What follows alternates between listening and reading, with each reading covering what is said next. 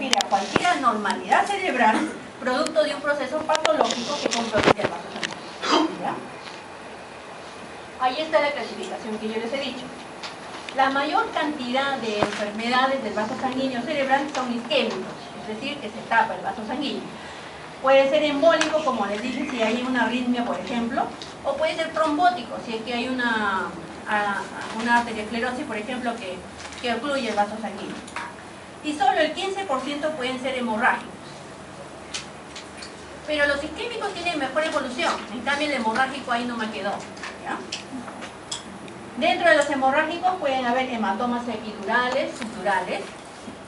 Puedo tener hemorragias dentro del cerebro, intraparenquimales. Puedo tener hemorragias dentro de los ventrículos y me va a dar una hipertensión endocraniana. O puedo tener una hemorragia subaranoidea. Y la hemorragia subaranoidea se va a comunicar con las meninges. Entonces voy a tener un síndrome meningio. ¿Ya? A ver. Una pregunta parecida a la de los exámenes, ¿no? Si yo tengo un paciente que tiene diabetes mellitus y que en la mañana se despierta y siente que no puede hablar y que no puede mover muy bien el brazo derecho ni la pierna derecha, ¿qué es? ¿Es un isquémico o es un hemorrágico? Isquémico, porque yo les he dicho que la mayor parte es isquémico, ¿no? Pero también, ¿por qué es isquémico? Porque no es brusco, no es brusco. En cambio, los hemorrágicos son, por ejemplo, como esos futbolistas que estaban jugando y ahí se cayeron y ahí murieron. Así es el hemorrágico, así de brusco, así de calamitoso.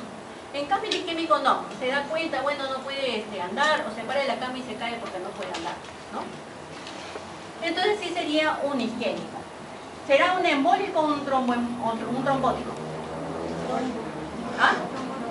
Trombótico, ¿no es cierto? Porque las personas que tienen diabetes mellitus tienen posibilidades de hacer una arteriosclerosis, ¿no es cierto? A ver, otra. Si tengo un paciente joven que tiene náuseas, vómitos explosivos, dolor de cabeza, y cuando se le hace el examen tiene un Kernick y un Brudzinski positivo, ¿qué es? Hemorrágico. Hemorrágico. ¿Qué más? Intraventricular. No es intraventricular. Si fuese intraventricular solamente tendría hipertensión endocraniana, o sea, tendría vómito explosivo y dolor de cabeza. Pero yo digo que también tiene Kernick y Brudzinski positivo. ¿Qué es Kernick y Brudzinski positivo? Ya, para que ustedes sepan que es un Kernick y Brudzinski positivo, necesito un voluntario. Ya, a ver. El Kernick y Brudzinski positivo son signos que me dicen irritación meningia. Entonces, cuando yo estire las meninges, le va a doler. Por lo tanto, cuando yo le haga el examen al paciente, tiene que estar lúcido, porque me tiene que decir me duele, ¿no es cierto? Si está comatoso, no me va a decir me duele, entonces no le puedo hacer esos exámenes. Entonces se supone que está echado, ¿no? Se supone. Vamos a suponer que estás echado. Una más. Me quieren echado. No. Ya, a ver, entonces el Kernick, ¿qué es? Yo voy a flexionar su cabeza y va a juntar su mentón con el pecho. Entonces, como yo voy a estirar sus meninges de acá, él me va a decir me duele, y como va a estar tan rígido esa parte porque no se va a poder doblar porque le duele, entonces voy a tener rigidez de nuca. Entonces, en lugar de hacer esto que es normal, él va a hacer esto que no va a poder doblar y todo se va a parar, ¿ya? Y también me va a decir me duele el cuello. Eso se llama Brudzinski positivo. El Kernick, ahí sí tienes que echarte, pero Es de la pierna. pero ponte pierna recta. Pero échate, entonces el Kernick es que yo le voy a levantar los pies y entonces como yo le estoy extendiendo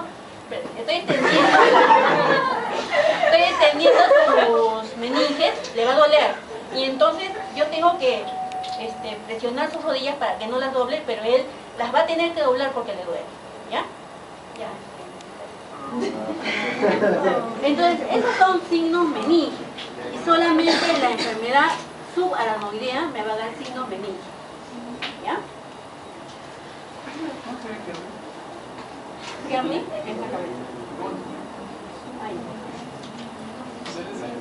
K-E-R-N-I-G.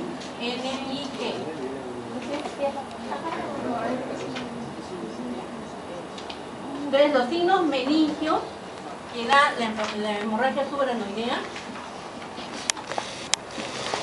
es Kernig positivo y Brudzinski positivo, ¿ya? Entonces, eso me está diciendo de que hay una irritación de las meninges por la sangre. Kernig y Brudzinski. Muy bien. Continuamos entonces. Puede que pueda venir esa pregunta. Voy a hacer. ¿Cuáles son los factores de riesgo para tener estos accidentes o desórdenes cerebrovasculares isquémicos hemorrágicos?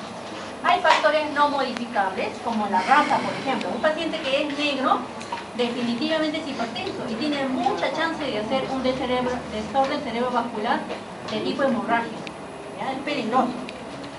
Puede ser también historia familiar, de varias familias que tienen hipertensión arterial, ¿no? ¿Y cuáles son los factores modificables de hipertensión arterial, que es el primer factor más importante? La diabetes también, los pacientes que tienen estenosis de la carótida, por ejemplo, los que tienen enfermedad cardíaca, las arritmias que pueden producir émbolos, el tabaquismo que va a producir una alteración del endotelio, ¿no? Etcétera. Entonces, ¿qué cosa es la enfermedad cerebrovascular isquémica?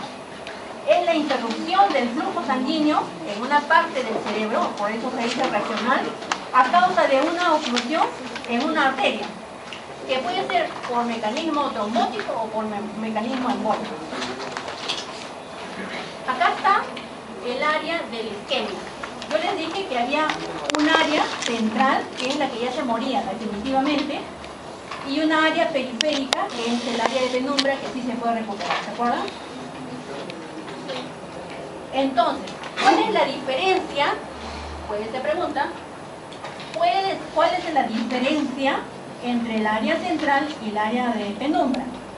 La diferencia es que el área de penumbra, si bien no tiene actividad eléctrica, o sea, yo le pongo un electroencefalograma y no funciona, tiene de todas maneras actividad metabólica. O sea, sí hay oxígeno, sí hay respiración, pero no hay actividad eléctrica. En cambio, la zona central de adentro, la que está muerta, esa definitivamente no tiene ni actividad metabólica ni actividad eléctrica. Entonces, vamos a ver qué pasa cuando se ocluye un vaso sanguíneo y por lo tanto no hay una irritación en esta parte regional del cerebro. Ocurren dos cosas. Primero ocurre un proceso inflamatorio y segundo ocurre la muerte celular. Entonces vamos a ver qué elementos dentro de lo que es la inflamación intervienen en esta isquemia aguda. Entonces, el área de penumbra, como les dije anteriormente, la función eléctrica está abolida, no funciona, pero la actividad metabólica sí funciona, aunque mínimamente, pero sí funciona. Entonces, al inicio, cuando hay una oclusión del vaso sanguíneo, al inicio hay un hipoxia. Y después hay un proceso inflamatorio. Dentro del proceso inflamatorio van a salir varios mediadores de la inflamación. Después hay una alteración de la membrana de la célula cerebral y entonces va a entrar bastante calcio y también va a producir edema cerebral. Y finalmente, si eso no se remedie, entonces se va a producir la muerte cerebral. Solamente para decirles que el factor de necrosis tumoral alfa, la interleuquina 1 y factores de crecimiento van a estar incrementados en los procesos inflamatorios de esta isquemia. Entonces, si yo tengo un paciente que tiene una isquemia y está en las primeras horitas de la isquemia Y entonces se toma una tomografía, y la tomografía está más o menos por aquí, muestra una cosita, una cochinadita por aquí. Entonces, si yo le hago el dosaje de sustancias que me van a producir la inflamación, yo en este momento voy a encontrar aumento de glutamato. Si por ejemplo, además de esto, ya hay desaparición de los surcos, entonces voy a encontrar aumento de factor de necrosis tumoral y de interleuquina 6. Si yo ya veo que hay una asimetría ventricular, es decir, es tanta la isquemia, que voy a tener aumento no solamente de interleuquina 6, sino también de metaloproteínas 9. Y si ya hay un desplazamiento de la línea media, o sea, es tanta la isquemia y el edema que está produciendo como un efecto de masa y está desplazando el otro cerebro, entonces voy a tener más metaloproteínas 9. ¿Y cómo se ve en la clínica? En la clínica también. Si yo tengo un paciente que tiene parálisis, por ejemplo, de un hemicuerpo, o tiene signos meningios, entonces lo que voy a hacer es una punción lumbar. Y dentro de la punción lumbar voy a tener también células que me están representando la inflamación como el leucocitos. ¿Cuánto es la cantidad de sangre por 100 gramos de cerebro por minuto para que ya se muera toda la célula? Este cuadrito nos dice eso. Por ejemplo, si yo tengo 50 mililitros por 100 gramos por minuto, 50% ¿ya? De flujo sanguíneo, entonces voy a tener una isquemia. Si tengo 40, sigue en isquemia. Pero puede ser que de repente no manifieste nada, no tenga ninguna parálisis, ni tenga dolor de cabeza, nada. Pero cuando ya llega a un 30% de ese flujo sanguíneo, entonces ya voy a tener manifestaciones clínicas. Ya comienza a paralizarme el cuerpo, ya tengo cefalea con vómitos explosivos, ya tengo la clínica. Si baja hasta 20 mililitros por gramo por 100 gramos de cerebro, entonces ya hay una alteración también electrofisiológica. Yo les voy a poner electrodos y ya no voy a tener respuesta, actividad. Y si baja por 10, ya fue ya. Ya voy a tener una necrosis y una muerte celular. Entonces, ¿cómo muere la célula? Porque ustedes dicen, ya, se muere porque hay una isquemia y por lo tanto hay una necrosis y ya, ¿no es cierto? Pero no, se ha determinado que también la muerte celular en una isquemia también puede ser por apoptosis. Entonces, puede ser por apoptosis y puede ser por necrosis. ¿Cuál es la diferencia entre apoptosis y necrosis? Acá les voy a explicar. En la apoptosis, ustedes saben que ella es una muerte programada, ¿cierto? Se van a destruir las organelas que están acá adentro y se van a formar unas vesículas, que creo que se llaman apoptomas. Pero miren ustedes que hay integridad de la membrana de las vesículas, por lo tanto no tiene comunicación con el exterior, por lo tanto no va a generar una respuesta inflamatoria. ¿Ya? En cambio, una muerte celular por necrosis, más bien lo que se altera es la membrana, y entonces todas las organelas y sustancias proteolíticas van a salir, y entonces van a producir este proceso inflamatorio. ¿Ya? Entonces, de estas dos maneras es que muere la célula cerebral cuando hay una isquemia cerebral. Entonces, solamente para explicarles en la necrosis, que es un efecto pasivo, programado, necrosis, perdón. Hay una, ¿cómo se llama? Una disminución del flujo sanguíneo, hay un déficit entonces de energía, hay activación de sustancias líticas, como les dije que se salían las sustancias proteolíticas, falla la membrana y todas las organelas se van a salir y van a generar una liberación de una respuesta inflamatoria. En cambio, la apoptosis sí es un proceso activo, sí necesita energía para poder morirse la célula. Y es necesario que se preserve la membrana y por lo tanto a la hora de preservarse la membrana no va a salir al exterior y por lo tanto no va a generar una respuesta inflamatoria. Dentro de lo que es la apoptosis tenemos a una sustancia muy importante. Esta sustancia muy importante es la caspasa 3. La caspasa 3 es una sustancia enzimática que destruye definitivamente la membrana celular. Entonces tenemos que saber cuáles son las vías para que finalmente activen esta caspasa 3. Según la literatura hay 3 vías para que se activen esta caspasa 3. Hay una vía alterna, hay una vía extrínseca y hay una vía intrínseca. La vía intrínseca, ¿qué dice? Que la célula, la organela más importante para destruir a esta célula es la mitocondria. Entonces la mitocondria, ¿qué va a hacer? Va a producir unas proteínas, que son estas las que están viendo ustedes acá. Las que están pintadas en verde son las que van a producir la apoptosis, ¿no? Van a tener esa función.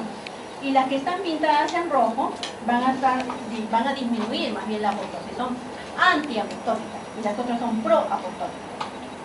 Entonces dicen que estas sustancias que produce la mitocondria, a través de la producción de citocromos, va a producir la activación de una sustancia que es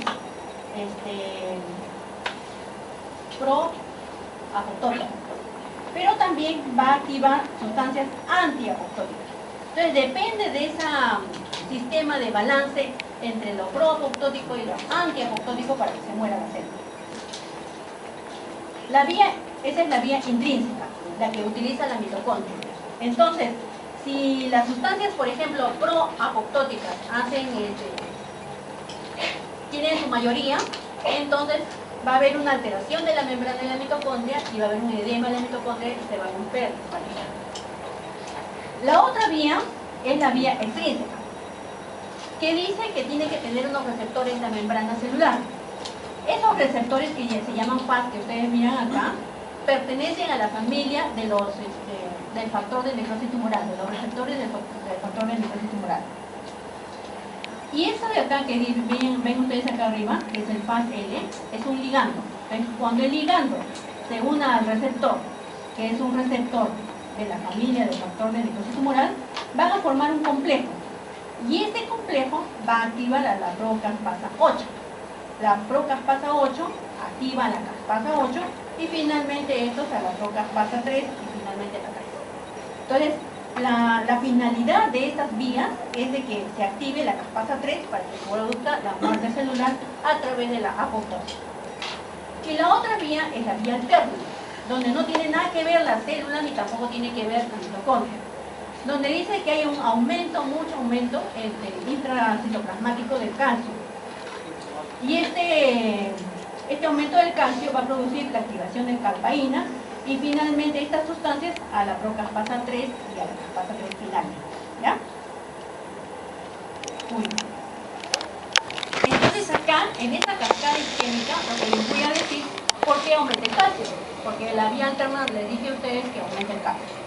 Entonces, si yo tengo una obstrucción de la sangre, de un vaso, entonces ¿qué voy a tener? Isquemia, ¿no es cierto? Y si tengo isquemia, ¿va a haber metabolismo aerobio? Definitivamente no va a haber metabolismo aerobio. Entonces se disminuye la fosforilación oxidativa y voy a tener un metabolismo anaerobio. ¿Qué va a aumentar entonces? El ácido láctico, ¿no es cierto? Y va a haber acidosis. Esta acidosis altera el vaso sanguíneo y al alterar el vaso sanguíneo va a incrementar el fierro. Y esto constituye un producto esencial para los radicales libres que ustedes saben que son dañinos, ¿no es cierto? ¿Qué más? La isquemia por sí sola va a producir una despolarización de la membrana. Dice que como hay mayor despolarización, entonces el cerebro necesita más energía para repolarizarse. Y entonces eso hace un círculo negativo para el cerebro. Entonces también va a haber la formación de radicales libres. Pero esta despolarización también va a traer consigo el aumento del calcio intracelular, que es lo que les dije que la vía alterna se producía la activación de la caspasa 3 por el calcio. Pero esta despolarización también tiene neurotransmisores, por ejemplo el glutamato. Y el glutamato va a producir también el aumento del calcio. Este aumento de calcio va a activar a todas las enzimas que van a producir lisis, por ejemplo, de los ácidos grasos, de las proteínas, y va a también sintetizar óxido nítrico. Entonces, finalmente, el calcio me va a dar, a través de la transcripción, o sea, por apoptosis, me va a dar la muerte celular. Pero si yo también tengo enzimas que van a lisar a los ácidos grasos, a las proteínas, a los DNA, por ejemplo, entonces voy a tener también necrosis celular.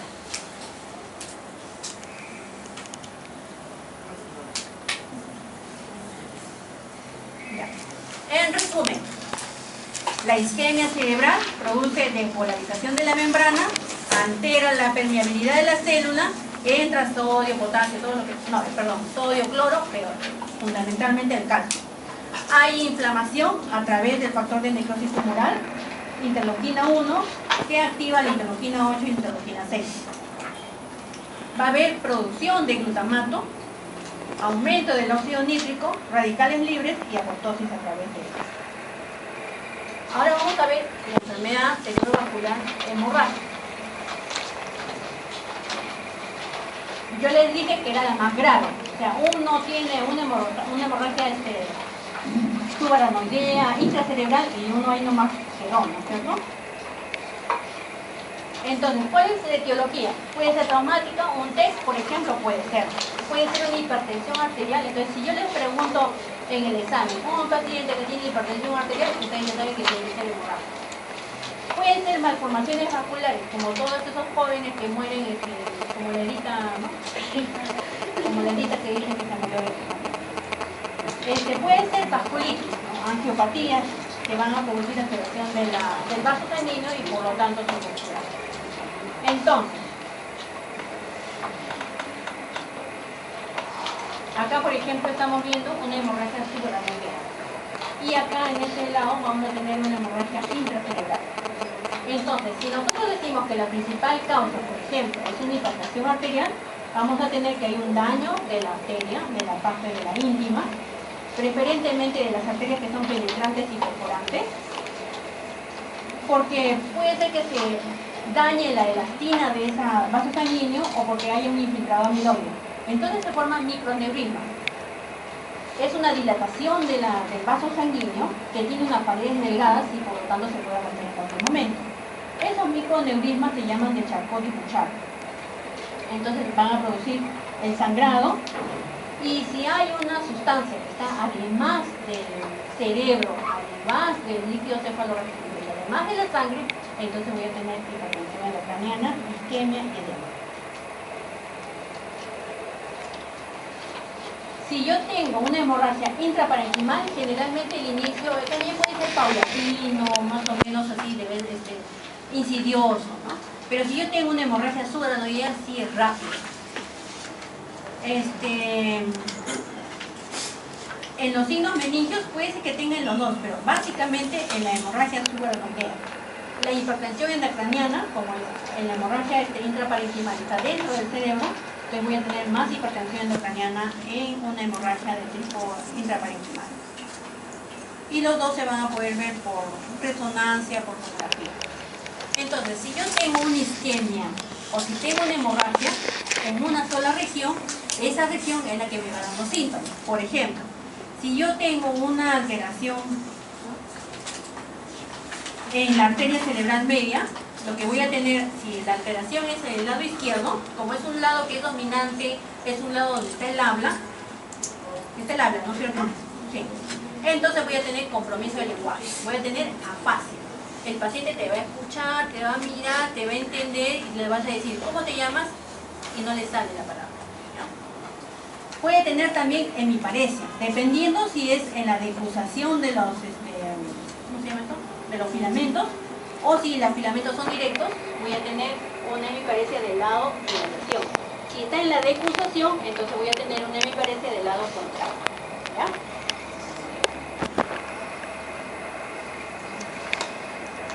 Si yo tengo en el lado no dominante, o sea, una alteración en el lado derecho del cerebro, sí puedo hablar.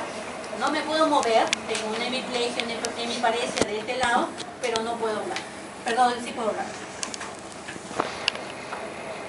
Si tengo una alteración en la arteria cerebral anterior, voy a tener debilidad de los miembros inferiores, especialmente el miembro inferior contralateral. Y si yo tengo una alteración de la arteria cerebral posterior, voy a tener una alteración a nivel de la visión, una hemianopsia. Y a nivel vertebral, una disfunción del cerebelo, por lo tanto una alteración de la coordinación. Entonces, vamos a ver ahora la vía piramidal. Hay dos vías, que es un poco complejo. Una vía que es una vía piramidal, que se constituye la primera neurona, o que es la parte del cerebro, ¿no? Y todos sus constituyentes. Hay una segunda vía, que es la segunda neurona, que es casi toda la columna vertebral. ¿Por qué es importante saber de estas vías? La primera neurona, la parte del cerebro, tiene la dopamina, que es un inhibitorio. Y si yo altero lo inhibitorio, voy a tener lo excitatorio, ¿no es cierto? Entonces, si yo tengo una persona, por ejemplo, que tiene una disminución del flujo sanguíneo a nivel izquierdo, ¿ya? ¿Qué me va a alterar? El habla, ¿se acuerdan que les dije? El habla. Y si está en el cruce de las fibras, entonces voy a tener una parálisis del lado derecho, ¿sí? Ya. Entonces, la primera neurona, lo que va a, o donde va a estar involucrada, es en el lenguaje, en la memoria, en las funciones superiores y también en la parte motora, ¿ya? Entonces, si me da algo en el lado izquierdo, voy a tener una alteración del habla y un compromiso motor del lado contralateral, ¿sí? Pero si yo les quiero decir, ¿y cómo está su tono? ¿Y cómo están sus reflejos? ¿Ah? Va a estar hiperrefléxico, hipertónico. ¿Por qué? Porque la primera neurona que está dañada no me está dando la parte inhibitoria con la dopamina. Por lo tanto, va a predominar en la segunda neurona lo excitatorio. Por ejemplo, en el mal de Parkinson está alterada. ¿Qué está alterada? ¿Ah? No, ya sé que está alterada. Primera neurona, segunda neurona. Primera neurona. Entonces, en los ganglios basales principalmente está la alteración. Entonces, voy a tener hipertonía, ¿ya? Entonces, ¿cómo va a estar el tono del paciente parkinsoniano? El tono hipertónico. Entonces, los pacientes de Parkinson van a estar así contraídos, ¿ya? ¿Cómo va a estar su coordinación? Que también, mira, va a estar alterada su coordinación, por lo tanto tiene que abrir las piernas para poder sostenerse. ¿Cómo va a estar los reflejos? Va a haber hiperreflexo. Entonces hay un signo, que es el signo de la rueda dentada, que me dice la hipertonía, por ejemplo, del Parkinson, ¿no? Que es que el paciente está así con la mano bien flexionada y yo le trato de extender, y entonces a la hora de extender va a ser así, ¿no? Y ese es el signo de la rueda dentada.